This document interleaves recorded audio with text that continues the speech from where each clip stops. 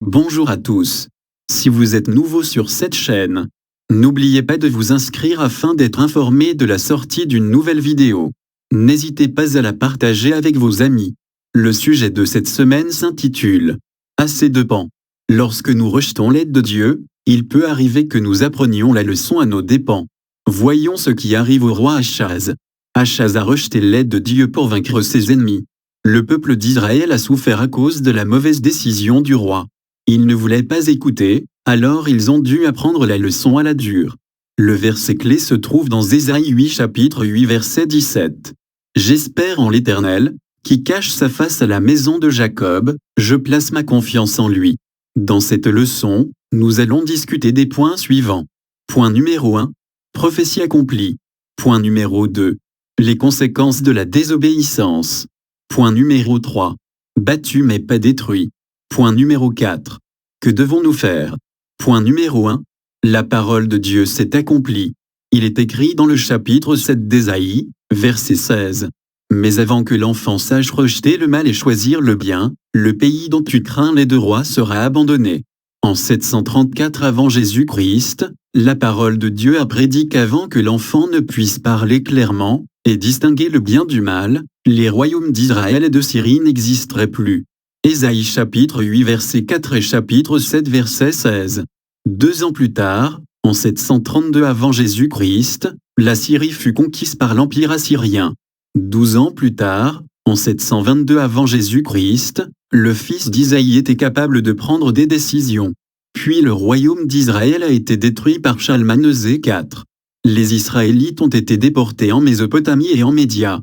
Point numéro 2. Les conséquences de la désobéissance. L'Éternel fera venir sur toi, sur ton peuple et sur la maison de ton père, des jours tels qu'il n'y en a point eu depuis le jour où Éphraïm s'est séparé de Juda, le roi d'Assyrie. Ésaïe chapitre 7 verset 17.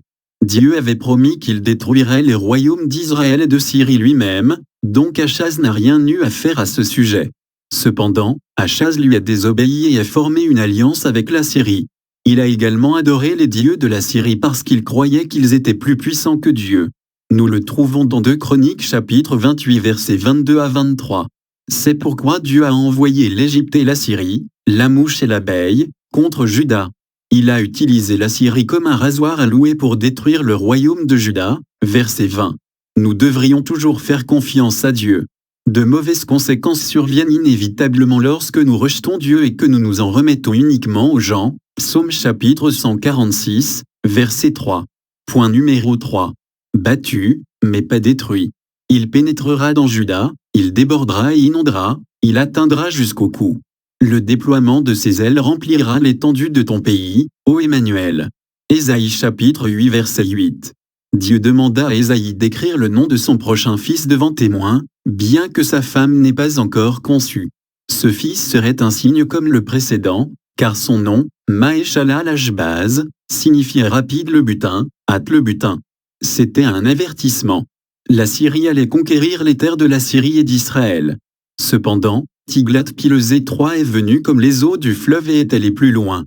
Il a également détruit la terre de Juda. Dieu a été miséricordieux. Il l'a laissé atteindre jusqu'au cou seulement, de sorte que Juda n'a pas été complètement détruit mais le reste a été sauvé. Gloire au Seigneur. En Judée, il y avait des gens qui maintenaient leur allégeance à Jéhovah, refusant résolument d'être conduits à l'idolâtrie. C'est vers eux qu'Isaïe, Michée et leurs associés se tournèrent avec espoir lorsqu'ils examinèrent les ruines des dernières années d'Achaz. Leur sanctuaire était fermé, mais les fidèles étaient assurés, Dieu est avec nous. Sanctifiez le Seigneur des armées lui-même, qu'il soit votre crainte et qu'il soit votre épouvante. Et il sera un sanctuaire. Ésaïe chapitre 8 verset 10, 13 et 14. Le dernier point est le suivant. Alors, que devrions-nous faire? Nous devrions craindre le Seigneur.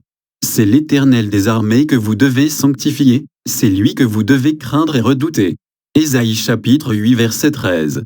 Dieu a conseillé à Ésaïe de ne pas faire ce que la plupart des gens font, de ne pas avoir peur de ce que la plupart des gens sont, et de ne pas craindre ce que la plupart des gens craignent. Dieu est le seul que nous devons sanctifier, obéir, craindre, respecter et même craindre. Nous craignons vraiment Dieu en reconnaissant qu'il est la puissance suprême de l'univers. S'il est avec vous, Personne ne peut vous faire de mal sans sa permission. Si Dieu est contre vous parce que vous vous êtes rebellé contre lui, alors vous devriez avoir peur de lui.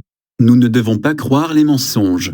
Si l'on vous dit, consultez ceux qui évoquent les morts et ceux qui prédisent l'avenir, qui poussent des sifflements et des soupirs, répondez.